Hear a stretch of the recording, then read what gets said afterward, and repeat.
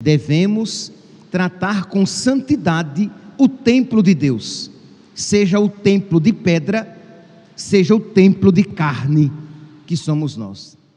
Uma igreja física, uma vez profanada, ela precisa ser purificada e novamente dedicada a Deus, da mesma maneira que quando você, batizado, comete um pecado e você profana este templo, este santuário de Deus que é você precisa se confessar, suplicar o perdão de Deus, para que novamente você seja purificado.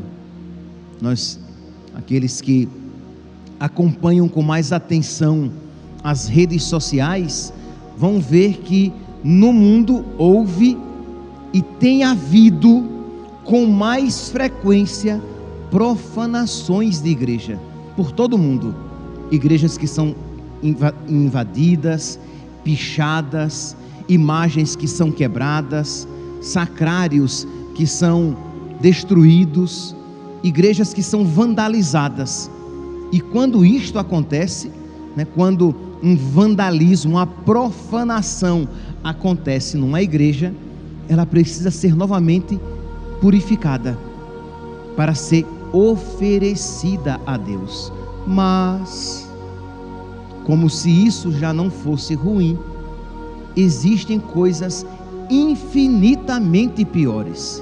Porque se é triste, e é muito triste, quando vândalos, pagãos, invadem as igrejas e as destroem, quando é triste, terrível, quando pagãos profanam as igrejas, quebrando as imagens e fazendo coisas piores, é infinitamente mais triste quando os próprios cristãos permitem e fomentam a profanação nas igrejas. Isso é infinitamente mais triste. E quando nós vemos, meus santos, igrejas sendo tratadas dessa maneira desrespeitosa, apenas alguns exemplos para que reavive. Por esses meses, na Espanha, foi permitido que numa igreja conhecida, famosa, bonita, ali fosse gravado um clipe por um grupo chamado Ateu, em que uma dança sensual e promíscua era realizada, gravada, um clipe ali gravado dentro da igreja. Aquelas duas pessoas mal vestidas, vestidas de uma maneira sensual, dançando em ritmo promíscuo dentro de uma igreja. E você para e se pergunta: mas por que permitiram isso?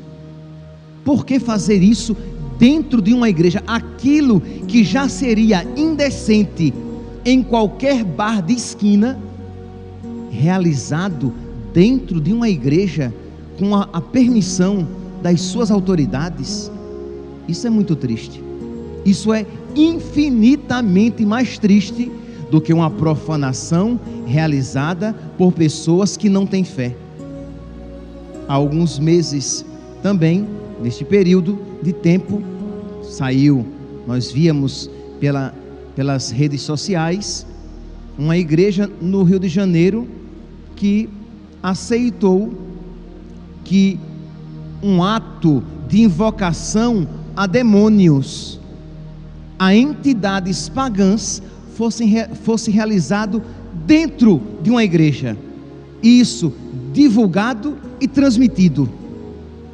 Invocação de entidades pagãs com danças ritualistas, promovendo a invocação de demônios, porque as entidades pagãs são demônios, e ali realizado dentro de uma igreja, com a lâmpada do sacrário acesa, na presença de Jesus sacramentado. E você pergunta: mas por que isso? Por que então cada um não fica no seu quadrado? Isto é, você realize os seus atos ritualísticos da sua religião no seu lugar. Mas por que permitir? Entende? Por que nós permitimos que isso se realize em nossas igrejas, profanando as nossas igrejas, profanando as nossas liturgias? Então, pedir perdão a Deus por essas profanações realizadas e promovidas por aqueles que deveriam salvaguardar a santidade do templo e a dignidade da liturgia. Mas, meus santos, tirando este aspecto grave, gravíssimo, nós também precisamos lançar o nosso olhar para o templo de Deus, que somos nós. Isto é, quando nós pecamos, quando nós compactuamos com o pecado, nós também profanamos o templo de Deus, que somos nós, porque seria muito fácil apontar o dedo para estas profanações que acontecem. Seria muito fácil isso fazer, mas não tomar uma postura igualmente zelosa pelo templo de Deus que somos nós. Isto é, também entristecemos a Deus quando nós, que a Deus fomos dedicados, que a Deus fomos oferecidos no dia do nosso batismo, quando nós voluntariamente, não obstante a advertência de Deus na nossa consciência, nós nos entregamos àquilo que desagrada a Deus. E não pense aqui necessariamente a coisas terríveis, mas aquelas realidades que você sabe que entristecem a Deus. É aquela roupa inadequada que você insiste em vestir, com a qual você profana o santuário de Deus que é você. São aquelas músicas de letras inadequadas, de letras que cantam o pecado e que você insiste em escutar enquanto dirige. Estou só passando o tempo. Eu espero que você não morra enquanto estiver passando o tempo. Mas é só enquanto eu dirijo. Quer dizer então que enquanto você dirige, você não é de Deus? Quer dizer então que enquanto você dirige, você pode ofender a Deus? Quer dizer então que enquanto você dirige, que há um momento na sua vida em que você pode se esquecer de Deus e agradar aos demônios? Acho que não. Então você é templo de Deus, você é santuário de Deus, e você profana este santuário que é de Deus, quando você torna-o membro de uma prostituta. Quando você peca, e seja pecado mortal ou pecado venial, quando você peca, você torna os seus membros templo de uma prostituta, membros de uma prostituta. E principalmente, meus santos, não apenas quando você comete um pecado de uma maneira inadvertida, isto é, quando você se vê, você já cometeu aquele pecado, isso já é triste. Mas eu falo principalmente daquelas realidades que Deus tem falado ao seu coração, e você obstinadamente, você não solta, você não nega. Aquelas séries que você insiste em acompanhar, em assistir, e você sabe que são um alimento venenoso para a sua alma, mas você assiste e você insiste em manter a assinatura daquele canal, daquela TV por assinatura, que no mais das vezes, 90% só faz você perder tempo e desagradar nosso Senhor, ofender nosso Senhor.